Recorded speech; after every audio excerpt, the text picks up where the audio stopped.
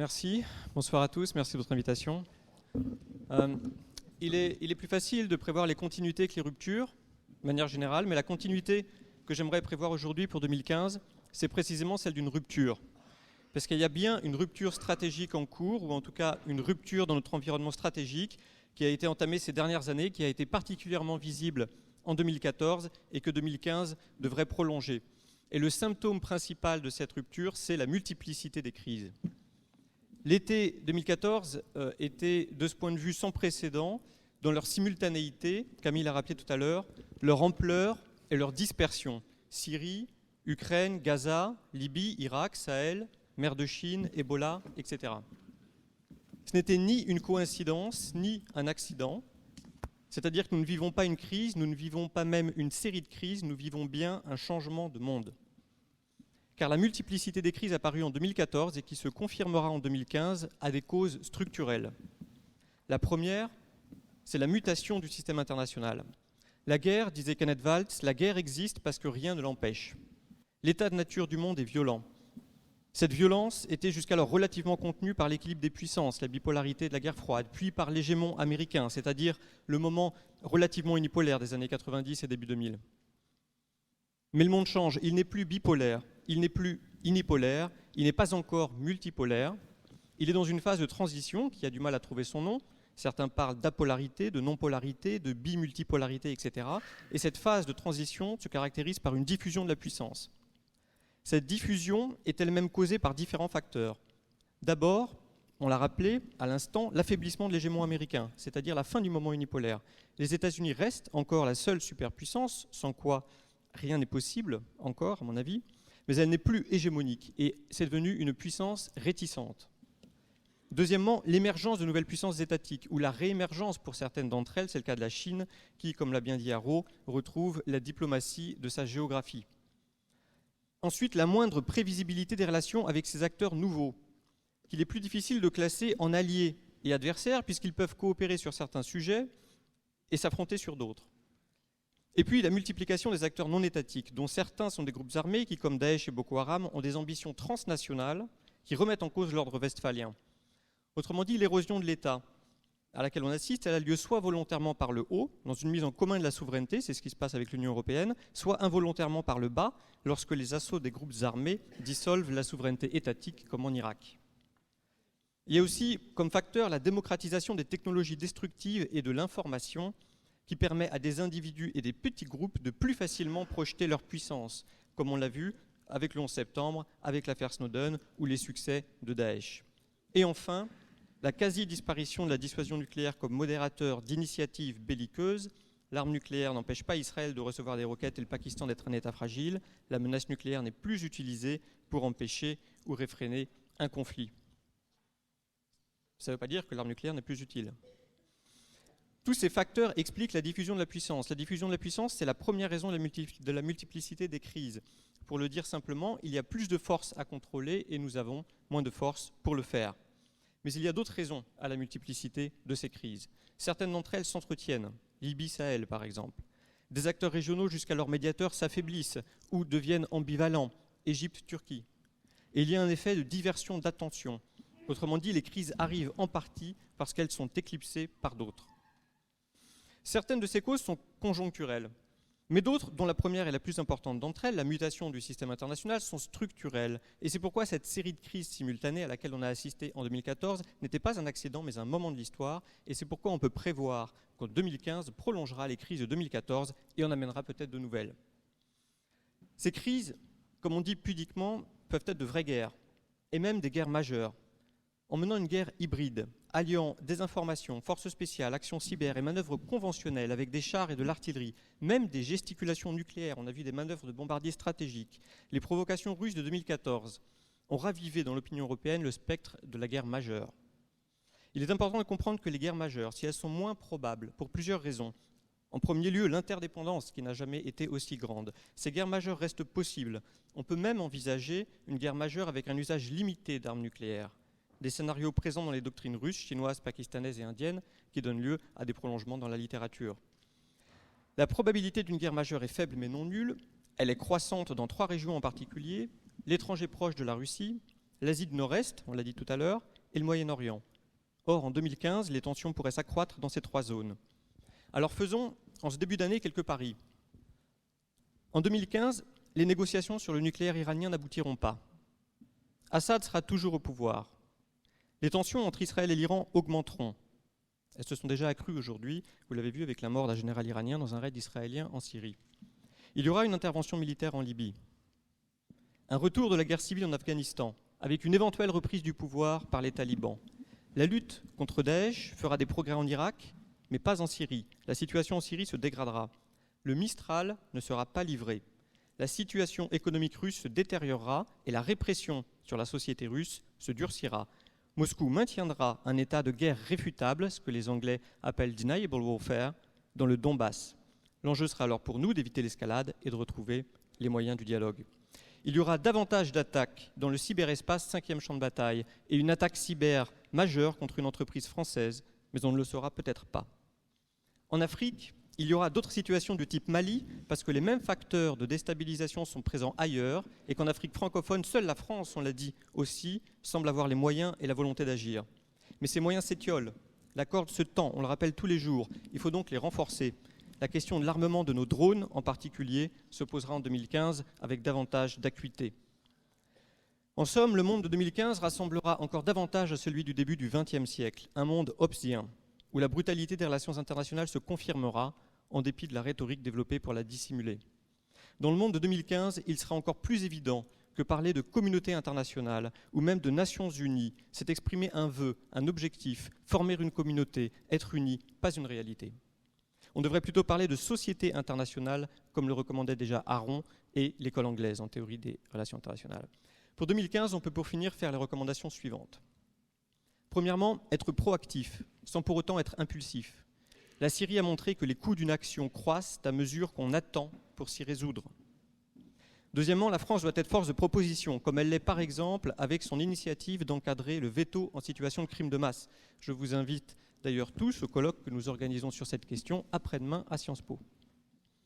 Troisièmement, il faut s'appuyer davantage sur les acteurs régionaux, donc les renforcer. Ce sont eux qui doivent d'abord traiter les crises. Quatrièmement, il nous faut une diplomatie post-westphalienne. La grammaire diplomatique reste essentiellement étatique. Il faut la faire évoluer pour qu'elle prenne mieux en compte les acteurs non étatiques. Cinquièmement, il faut aussi mieux mesurer le changement qu'introduisent les technologies de l'information, notamment les réseaux sociaux, qui permettent aux États comme la Russie ou aux groupes armés comme Daesh d'inscrire leurs actions dans des narratifs, comme on dit en anglais, des récits puissants. Il faut développer des contre-narratifs. On ne le fait pas assez. Sixièmement, il faut aussi veiller à être inclusif, à ne pas sous-estimer le besoin de reconnaissance des acteurs, sur lequel insiste le constructivisme, autre courant important en théorie des RI, car les déclassés et les humiliés d'aujourd'hui sont les agents des crises de demain. Donc la conclusion, c'est qu'en 2015 et bien au-delà d'ailleurs, la chaire Grands enjeux stratégiques contemporains de l'Université Paris 1 aura bien du travail. Merci Jean-Baptiste. J'en accepte l'augure et je reçois ses vœux pour les paris. Évidemment, on ne les relèvera pas tous. André de Gratchev, merci beaucoup de venir conclure ce premier cycle avant que l'on passe aux questions de la salle. Hervé Drévillon concluant après les questions à la salle, la séance. André, vous avez la parole. Le micro Ici, qui a le micro? Il est là, celui-là est meilleur. Merci tout le monde. Merci pour cette proposition très tentante de participer à cette séance de brainstorming improvisé. Je choisis le terme anglais brainstorming parce que je ne connais pas l'analogue français. J'espère que ce n'est pas l'attaque cérébrale. Bien, le bilan de l'année 2014, vu de la Russie, enfin par les yeux d'un Russe, c'est bien sûr l'éruption de Tchernobyl politique en Ukraine. Un Tchernobyl qui a ses retombées qui vont bien sûr loin au-delà du territoire de ce pauvre pays, vers l'ouest, vers l'Europe, vers la Russie, y compris vers la situation intérieure en Russie. Bien, évidemment, la grande question qui se pose tout naturellement, comment, dans l'espace de quelques mois, d'une situation initialement de l'apparence anodine, enfin la volonté d'un pays de rejoindre l'Union européenne dans le cadre d'un programme d'association orientale, on est arrivé à une fracture, à une guerre qui ne dit pas son nom pour l'instant, à une situation d'ailleurs, enfin, les nouvelles d'aujourd'hui sont extrêmement dramatiques. Nous sommes à 2 pas peut-être de l'irréparable, avec une situation surréaliste. Certains n'hésitent pas à qualifier ce qui se passe maintenant à Donetsk d'une bataille de chars aux dimensions comparables de la Deuxième Guerre mondiale, avec cette particularité que des 2 côtés, il s'agit des chars soviétiques. Voilà, donc la vraie signification de la crise, puisqu'après tout, la grande question que tout le monde, évidemment, se pose, quel genre de guerre?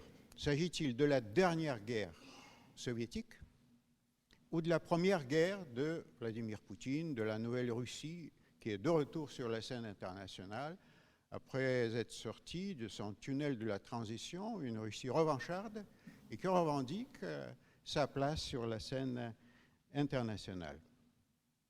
Moi, je dirais que la crise ukrainienne, voilà, évidemment, c'est une crise en soi, mais c'est en même temps une crise qui, comme une poupée russe, en cache au moins 2 autres. Et la première, c'est effectivement la continuation de la décomposition de l'Empire et de la superpuissance, avec cette chance pour la Russie de ce qu'elle a été les 2, l'Empire et la superpuissance.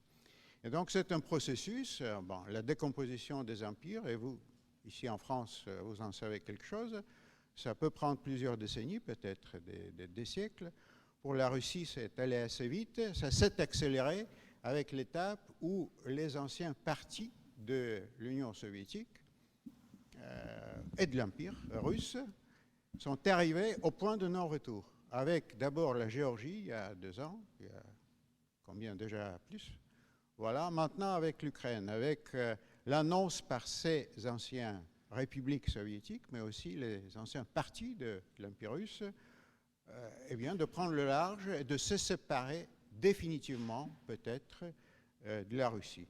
D'où les convulsions, la réaction, évidemment extrêmement allergique de ce centre russe qui, entre-temps, eh bien, s'est vu capable de s'ériger en nouveau pôle politique, stratégique, pôle d'influence de toute façon dans ce monde qui n'est plus bipolaire, n'est plus unipolaire, qui est apolaire, comme dit Fabius.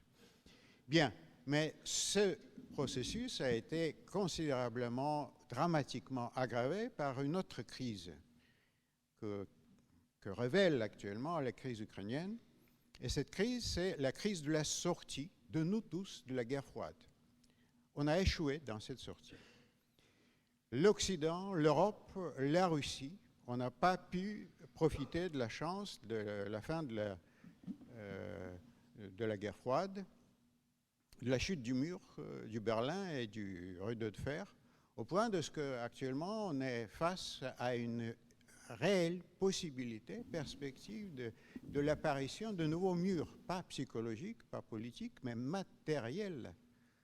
Murs qui sépareraient l'Ukraine de la Russie, sauf que pour l'instant, on ne sait pas si le tracé de ce mur passera sur la frontière orientale de l'Ukraine ou va la découper en 2, comme ça a été le cas de l'Allemagne dans les années 50.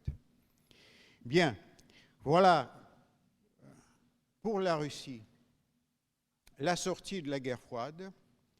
Eh bien, après tous les espoirs, tous les rêves, tous les projets, y compris le projet de Gorbatchev, avec sa maison commune, eh bien, s'est transformé en une sorte du rejet par cette même maison commune qui s'est construite sans la Russie, avec la Russie qui en a été rejetée, repoussée, poussée vers l'Est, vers la Chine.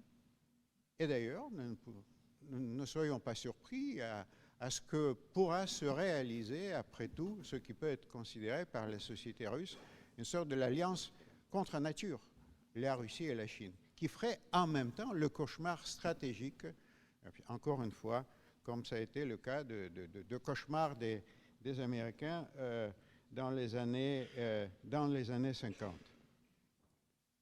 Pour l'Europe, la sortie de la guerre froide, eh bien, ça s'est transformé en une sorte de l'incapacité de formuler autre variante, autre édition de l'Ostpolitik, cette même Ostpolitik qui, après tout, a contribué à une formidable transformation de l'Europe, de la société soviétique aussi, et à la chute du mur.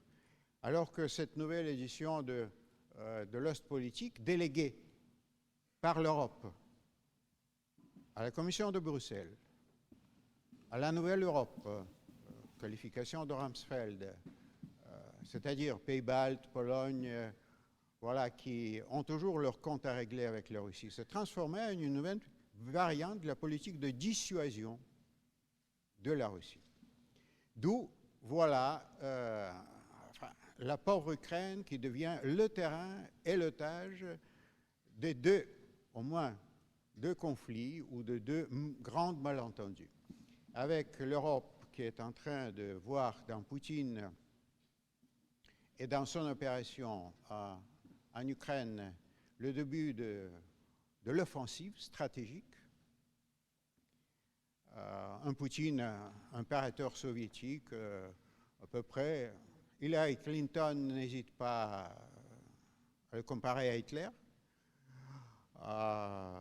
Donc Poutine sur l'offensive, alors que Poutine, vu par les yeux de Poutine, et c'est l'obligation pour n'importe quel stratège qui a les affaires à la Russie, d'essayer de voir la situation par les yeux de son adversaire.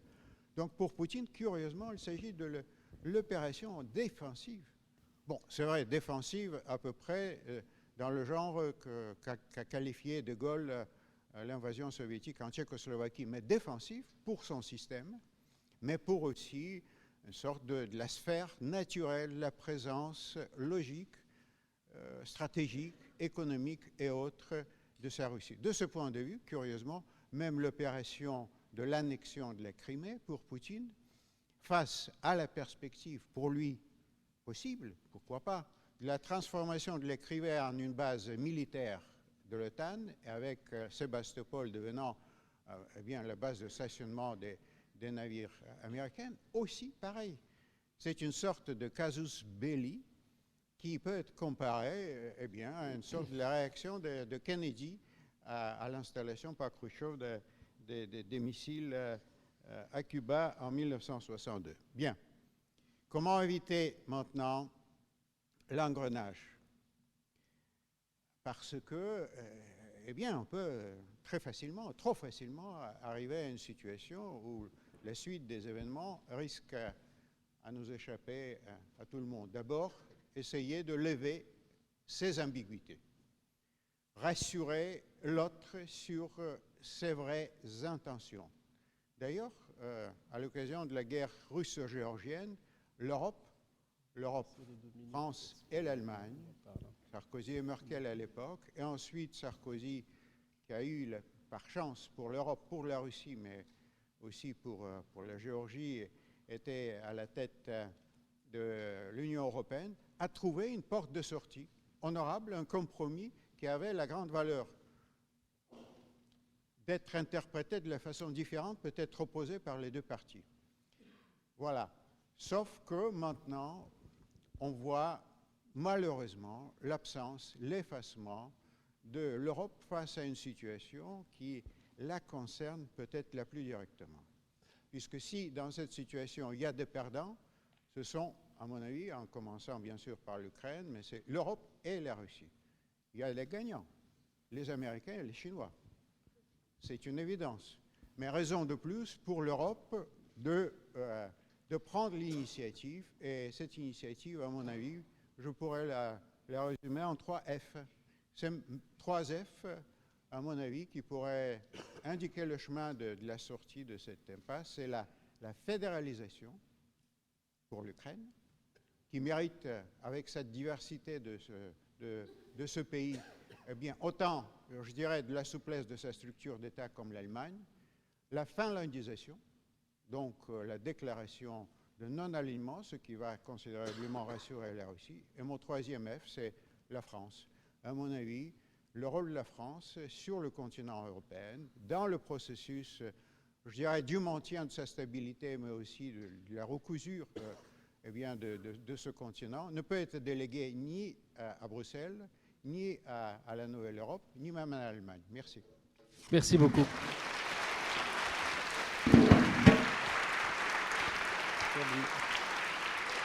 Je vous invite tous à venir la semaine prochaine écouter la conférence d'Andriy Grachev. Et maintenant, les micros vont circuler pour ceux qui ont des questions à poser.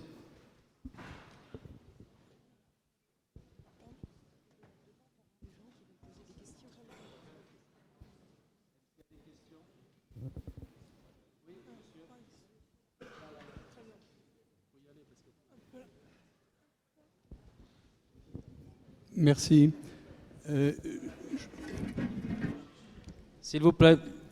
Merci. J'ai beaucoup apprécié quand Madame a parlé tout à l'heure d'autocritique, parce que c'est certainement une source de progrès. Je crois qu'il faut aussi peut-être dire qu'il faut raisonner non seulement sans a priori, bien sûr à la Sorbonne ça paraît complètement évident, mais aussi il faudrait raisonner sans tabou.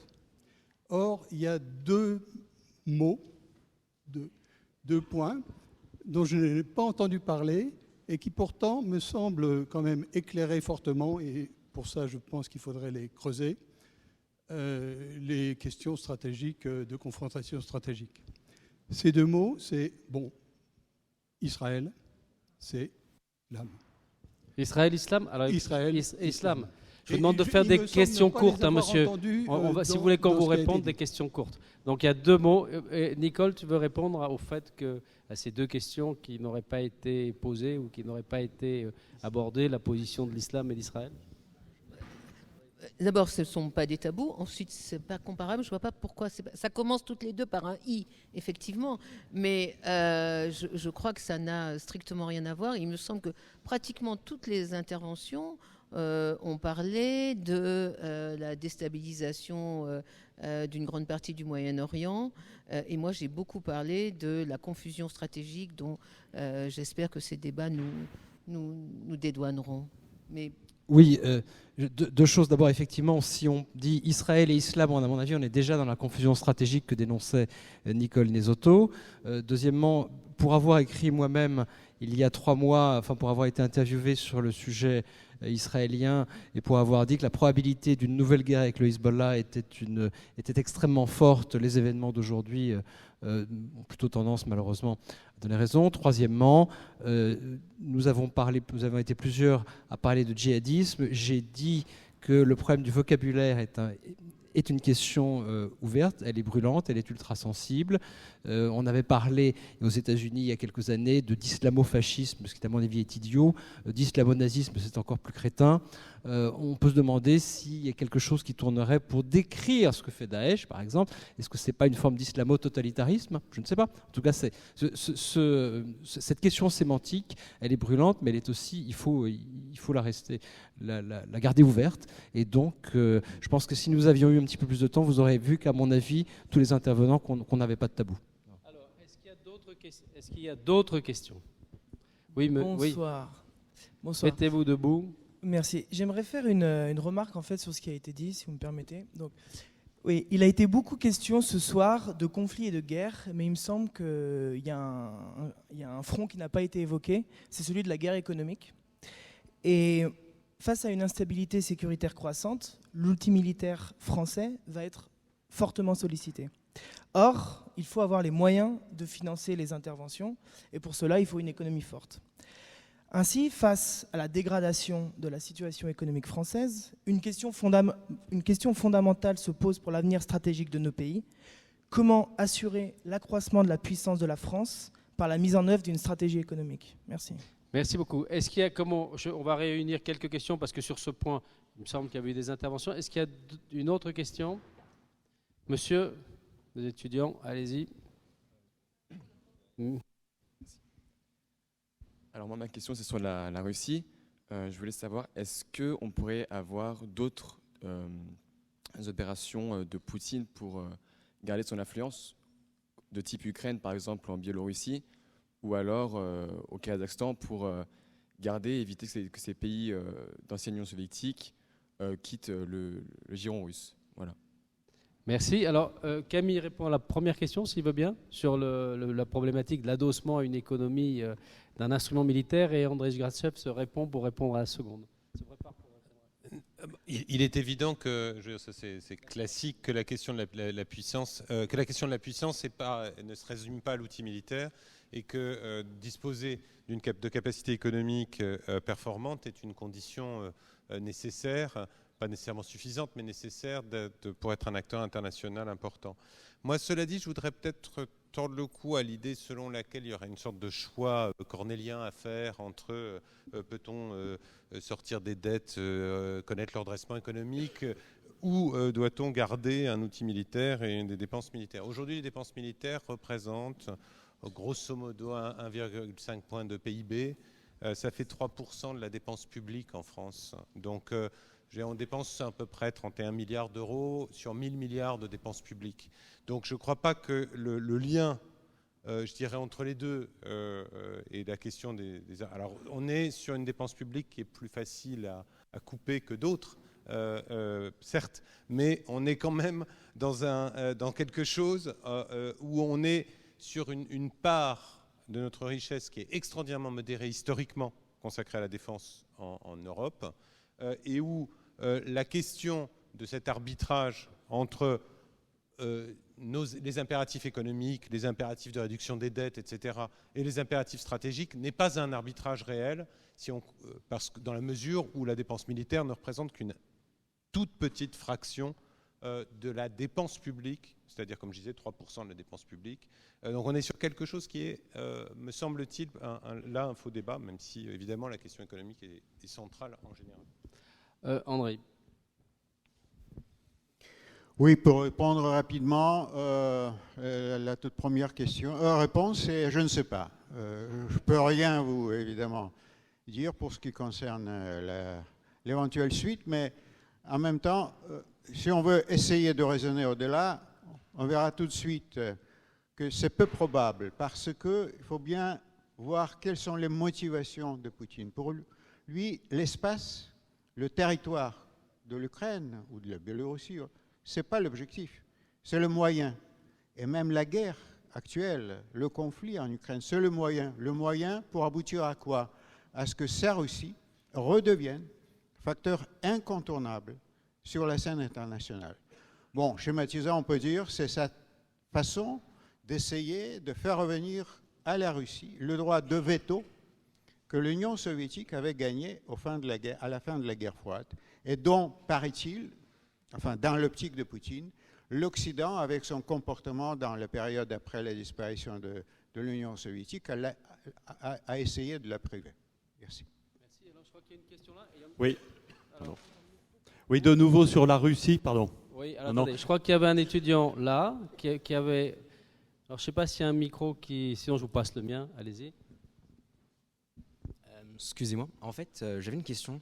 C'est que vous parlez de l'Iran, donc chiite, mais en France, on ne se consacre peut-être pas assez à l'Arabie Saoudite, qui est quand même la principale force économique sunnite et qui, pour le coup, a les moyens de nous suivre. Et si on pouvait travailler, on est peut-être plus réticent à travailler avec les Saoudiens que travailler avec les Iraniens qui représentent la minorité des musulmans.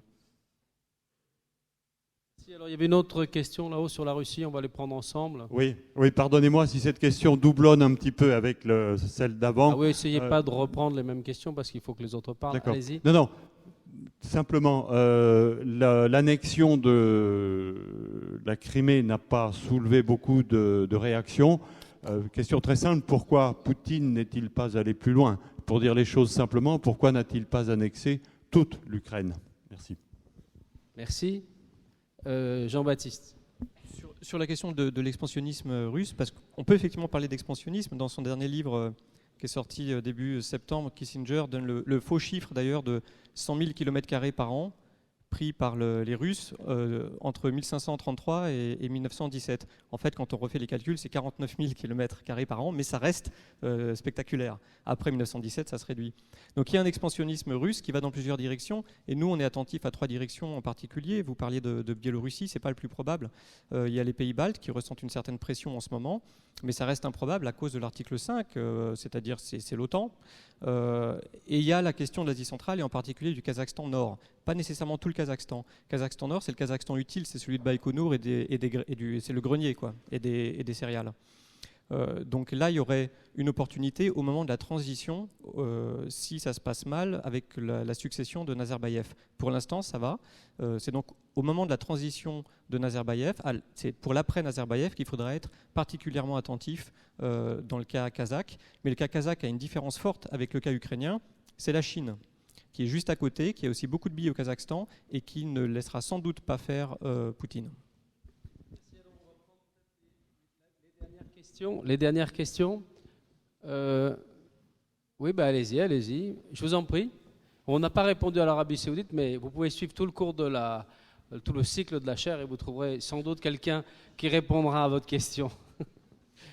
Bonjour. Donc, je souhaiterais profiter du fait que la Russie ait fait l'objet des dernières questions pour en poser une à mon tour au sujet de l'Arctique.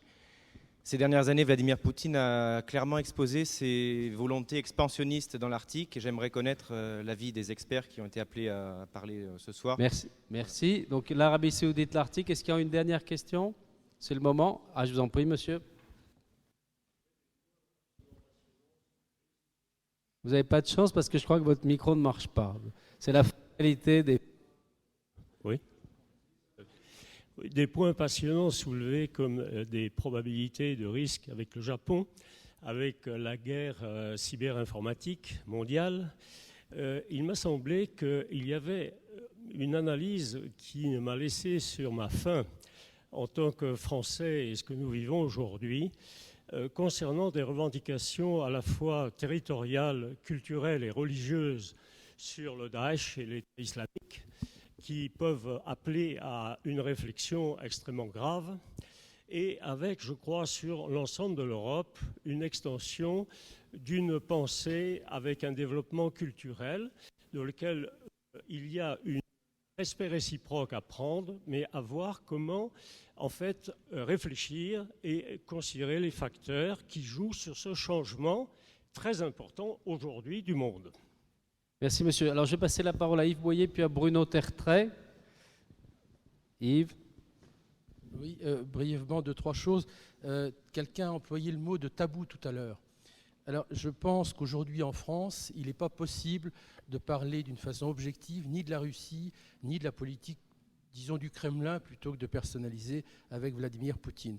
Et monsieur, quand vous avez dit pourquoi est-ce qu'il s'est arrêté à la Crimée, pourquoi est-ce qu'il n'a pas pris l'Ukraine, pourquoi est-ce qu'il n'a pas pris la Biélorussie, la Pologne, enfin, ça est aberrant. La Crimée a été cédée par Khrouchtchev un soir de beuverie aux Ukrainiens pour les remercier de la bataille qui avait eu lieu en 1600, je ne sais pas combien. Bon, mais il l'a fait en dépit du bon sens. La Crimée est une terre russe. Alors il se trouve que pour les Russes, c'est la justice qui a été réparée. Et que donc la Crimée, il y aurait un référendum aujourd'hui, il voterait à nouveau pour la Russie. Deuxièmement, moi je veux bien il est nécessaire de montrer que la Russie a commis de graves erreurs dans la gestion de la crise ukrainienne, mais je voudrais qu'on voit un petit peu les erreurs que nous avons commises. Il y a eu des erreurs de l'Union européenne, ça a été souligné tout à l'heure, il y avait des mains tendues, il y avait l'idée d'une maison commune, on a balayé ça d'un revers de la main, c'est des moujiks qui nous proposent ça, ça n'a aucun intérêt. Et puis, il y a quand même une politique des néoconservateurs américains qui a quand même été là. Je suis désolé. L'article du président de la National Endowment for Democracy, $1 milliard par an subventionné par le Congrès, c'est le Washington Post de septembre 2013 qui dit « Faisons tomber l'Ukraine, après on fera tomber la Russie parce que le régime de Vladimir Poutine est inacceptable ». Ça, ce n'est pas de l'ingérence. Qu'est-ce que c'est? Donc, c'est ce que disait M. Gratchev. Je crois que dans cette crise, il faut peut-être que maintenant on fasse un petit effort chacun pour, j'allais dire, évaluer la façon dont on est perçu dans nos actions et la façon dont l'autre est perçu dans je crois qu'il faut un petit peu plus d'objectivité, un petit peu plus de raison, un petit peu plus de modération. Et je pense qu'on arrivera peut-être à une solution, parce que la Russie fait partie intégrante de l'Europe. Il n'y a pas de sécurité européenne sans la Russie. Alors qu'est-ce qu'on veut? On veut la pousser à bout? On veut la pousser encore davantage vers les Chinois? On veut la guerre? Qu'est-ce qu'on veut? Si on ne veut pas ça, il faut trouver les voies et moyens, et c'est le rôle de la diplomatie, de trouver une façon, les Russes tout au moins, de trouver une solution pour l'Ukraine. Merci. Bruno. Je ne sais pas si je vais être applaudi, parce que l'intervention de mon camarade Yves et collègue et celle de M. Gratchev me rappelle vraiment le mot de Jean-Luc Godard qui disait qu'à ce compte-là, un débat équilibré en 1943, ça aurait été 5 minutes pour Hitler et 5 minutes pour les Juifs. Je suis désolé, c'est la réduction à l'Hitlérum, mais c'est vraiment tentant, c'est-à-dire que de mettre... Et puis alors, si la Crimée est russe, Kaliningrad, c'est quoi? C'est Königsberg, enfin, on peut aller très loin. Moi, ça me semble l'idée de dire qu'il faut toujours que tout soit équilibré, que tout le monde a forcément toujours un peu raison. Mais après tout, c'est ce que j'ai appris à Sciences Po. L'apprentissage à Sciences Po, on vous apprend la lâcheté intellectuelle finalement. Enfin, pas à la Sorbonne. Pas à la Sorbonne. On vous apprend vraiment l'esprit critique. Non, juste 2 mots. Et en fait, sérieusement, sur l'Arctique, justement, autant je suis très critique sur la Russie, autant je trouve que là, il n'y a pas de raison de penser que la Russie se comporte en puissance agressive en Arctique. Au contraire, c'est plutôt un partenaire, un stakeholder, comme on dit en anglais. C'est-à-dire que c'est un actionnaire, pardon, merci Nicole, départ dans une entreprise commune. Et je crois que ce qui se passe en Arctique, franchement, est exactement le contraire de ce que certains prévoyaient il y a 10 ou 15 ans, c'est-à-dire que ça serait forcément un terrain d'affrontement militaire. Non, je crois que là, la Russie se comporte plutôt en puissance responsable dans l'Arctique. C'est pour ça aussi que je tenais à expliquer à quel point j'étais critique sur d'autres points. Et un tout petit mot sur l'Arabie, l'intervention du jeune homme, vous êtes étudiant, je pense. Franchement, c'est assez surprenant parce qu'en ce moment, depuis 3 jours, on entend exactement l'inverse, c'est-à-dire à savoir pourquoi est-ce qu'on est soi-disant allié de l'Arabie alors qu'on devrait s'intéresser à l'Iran. Premièrement, les alliances ne se font pas en fonction du nombre de pays, elles se font en fonction de nos intérêts. Ça, c'est valable dans toutes les parties du monde. Et ce n'est pas parce qu'il y a plus de sunnites ou moins de chiites qu'on doit faire nos alliances. Deuxièmement, nous ne sommes pas alliés, enfin la France n'est pas alliée avec l'Arabie saoudite, elle est alliée au Qatar, au Koweït et aux Émirats. Alors on peut le critiquer, mais nous ne sommes pas techniquement alliés. Ça veut dire quelque chose quand même. Ça veut dire que nous ne sommes pas censés partager... Enfin bon, je crois qu'il faut là aussi faire attention au sens des mots. Dernier point, je crois que dès qu'on gratte un peu, c'est-à-dire il y a beaucoup de choses qui sont publiques, on voit que la France avec d'autres pays travaille énormément, la main dans la main, peut-être à tort, j'en sais rien, mais en tout cas travaille énormément avec l'Arabie saoudite, confère par exemple la manœuvre qui a été faite avec l'équipement de l'armée libanaise. Donc on peut critiquer ou pas, c'est un autre sujet, mais on ne peut pas dire qu'on ne travaille pas avec l'Arabie saoudite. Je vais passer la parole à Hervé Drévillon, professeur à Paris 1 d'histoire connu de beaucoup d'entre vous, qui dirige par ailleurs l'Institut sur les études sur la paix et la guerre de Paris 1, auquel la chaire contribue. Je te laisse le mot de la conclusion, Hervé. Le mot de la fin plutôt que le mot de la conclusion, parce qu'il ne faut surtout pas demander à un historien de se livrer à l'exercice de la prospective, parce qu'évidemment son premier réflexe c'est de se retourner vers le passé. Alors après ces présentations extrêmement riches, la question que je serais tenté de poser, parce que je vais terminer par une question, c'est de savoir comment on prend en compte ces données stratégiques en tant que nation, pour définir un environnement stratégique d'une part et éventuellement des orientations. Et il me semble que pour répondre à cette question, il faut prendre en compte un certain nombre de facteurs qui, je crois, sont radicalement nouveaux et qui, effectivement, Nicole, je suis d'accord, nous ont été révélés par les attentats que nous venons de connaître et qui constituent, dans la façon dont nous devons interroger une stratégie à l'échelle nationale, une véritable nouveauté dont que l'on ne peut pas ignorer. Et ce que, en particulier, ont révélé ces attentats, on le savait, mais ces attentats l'ont manifesté, c'est l'imbrication entre les enjeux internationaux, des formes qui deviennent même globales, je pense par exemple effectivement à Internet, donc des formes de conflictualité globale et des enjeux nationaux. Nous sommes effectivement dans une situation où, on vient de le voir, les terroristes qui ont agi sur le territoire français sont français. Et donc, dès lors, il me semble qu'une donnée comme celle-ci modifie radicalement notre façon de penser l'environnement international parce qu'il s'articule nécessairement avec un questionnement sur la nation et sur ce que nous sommes en tant que nation. Et j'en veux pour preuve les débats qui ont été immédiatement lancés, non seulement à la suite de ces attentats, mais bien sûr à la suite de la manifestation du 11 janvier. De quoi parle-t-on aujourd'hui ? Bien sûr, de l'adaptation de l'édifice juridique, de l'adaptation de la réponse militaire, de l'adaptation des dispositifs de renseignement, etc. Bien, ça fait partie évidemment du débat. Mais on parle de l'école, on parle de l'intégration, on parle de laïcité, on parle de tout ce qui constitue le fondement de ce que nous appelons la République et qui était la raison essentielle de la manifestation du 11 janvier. Eh bien, je crois que de ce point de vue-là, cette articulation entre les enjeux strictement nationaux et les enjeux internationaux nous plonge dans une difficulté à penser l'environnement stratégique.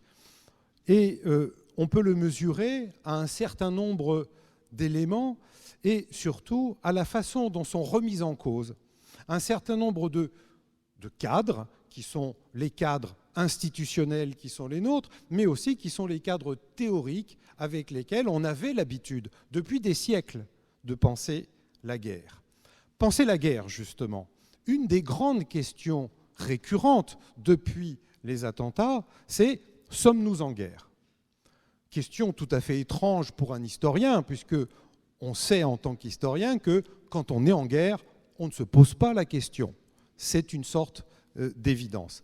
Précisément, si la question se pose, c'est parce que la mobilisation du référent guerrier provoque un risque de polarisation à l'intérieur de la société française et que précisément cette articulation entre action à l'extérieur, qui est le registre de la guerre, et action à l'intérieur, fait que ce référent guerrier ne nous apparaît pas pertinent, voire dans certains cas, pour certains, paraît dangereux à manier, à manipuler. Et l'exemple américain, par exemple, avec ce régime d'exception qui a été légitimé par le Patriot Act, peut en être une illustration. Mais pas seulement. Au-delà, il y a des risques et des effets de polarisation à l'intérieur de la société française qui sont redoutés précisément par la mobilisation du référent de la guerre. Dès lors, effectivement, nous sommes confrontés ici à la difficulté de dire et la difficulté de nommer un état conflictuel dans lequel nous sommes plongés. Autre difficulté, effectivement, qui est la difficulté d'articuler le modèle qui est le nôtre, modèle de la République, avec précisément ces enjeux internationaux. Nous avons vécu en France pendant plusieurs siècles sur cette idée que la République était un idéal universel. La nation, de même, lorsque les soldats à Valmy crient « Vive la nation », ça ne veut pas dire « Vive la France », ça veut dire « Vive la nation organisée en corps politique ». Et ce modèle était un modèle universel. Et c'est au nom de cette universalité que la France a défini une bonne part de sa politique internationale. Aujourd'hui, on s'aperçoit que le modèle républicain a du mal à s'accrocher à l'universel. J'en prends un seul exemple. la question de la liberté d'expression, qui est au cœur, effectivement, du problème et des événements que nous avons connus. La question de la liberté d'expression est encadrée en France avec un référent qui est celui de la loi et qui permet de faire la limite entre ce qui relève de la liberté d'expression et de la diffamation. Et donc nous sommes dans un régime juridique qui, en France, ne fait que le blasphème n'est pas constitué en délit. Or, le processus de globalisation fait que des caricatures, des journaux qui sont publiés en France deviennent immédiatement, par Internet, etc., deviennent immédiatement des phénomènes mondiaux et se trouvent transportés dans des univers, dans des environnements où la notion de liberté d'expression, où la notion de laïcité n'a strictement aucun sens.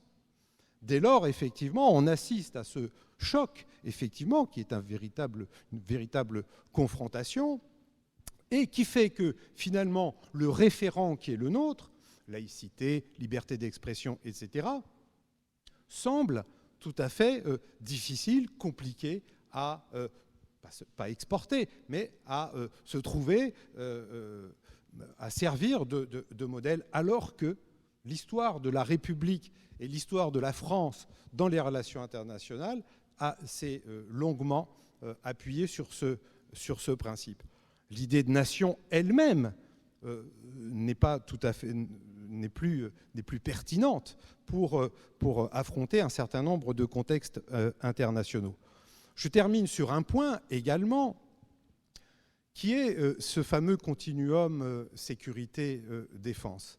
Là aussi, la République s'est constituée en France sur l'idée de la stricte séparation, pour reprendre l'expression d'un stratège qui est Guibert à la fin du XVIIIe siècle, entre la force du dehors et la force du dedans.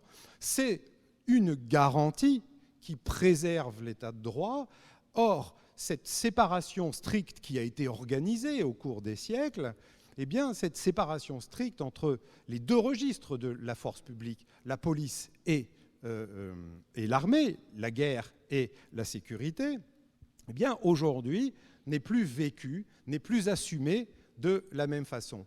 Et le dispositif constitutionnel qui sert à réglementer l'usage de la force publique, ce dispositif constitutionnel, par exemple, il a été organisé en France, eh bien, la Constitution de la Ve République en 1958, à une époque où, par exemple, l'armée était une armée de conscription. Est-ce que c'est la même signification de déployer sur le territoire national une armée professionnelle?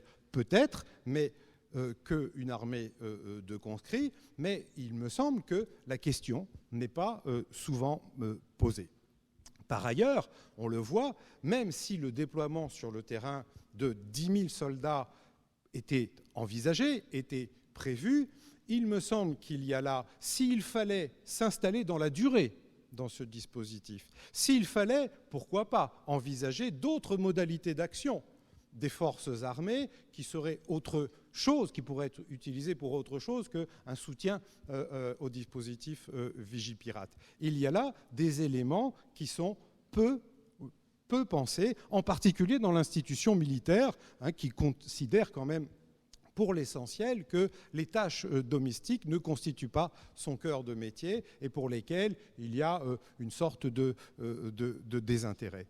Tous ces éléments-là, que ce soit la façon de nommer la guerre, que ce soit la façon de penser la République dans l'environnement international, que ce soit dans la façon de penser l'articulation entre la politique militaire et la sécurité et les enjeux de sécurité, tout cela, me semble-t-il, n'est pas suffisamment pensé et nécessite qu'on s'y penche. Et c'est un des enjeux de cette chaire des enjeux stratégiques, précisément.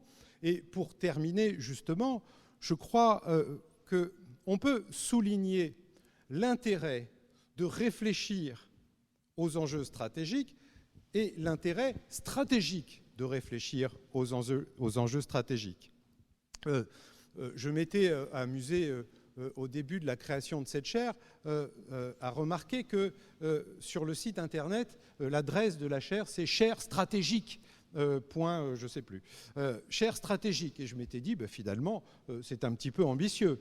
Cette chaire a pour objet la stratégie, mais est-elle elle-même stratégique? Eh bien, la réponse, je crois que nous l'avons ce soir, cela fait partie des données stratégiques de réfléchir à la façon dont une nation pense la stratégie. Merci.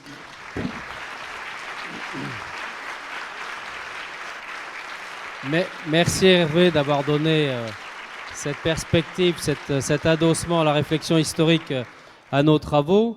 Je voudrais d'abord remercier les étudiants qui nous ont aidés à organiser cette séance d'aujourd'hui. Merci beaucoup. Et puis vous donner rendez-vous à lundi prochain pour la seconde conférence de ce cycle. Merci beaucoup.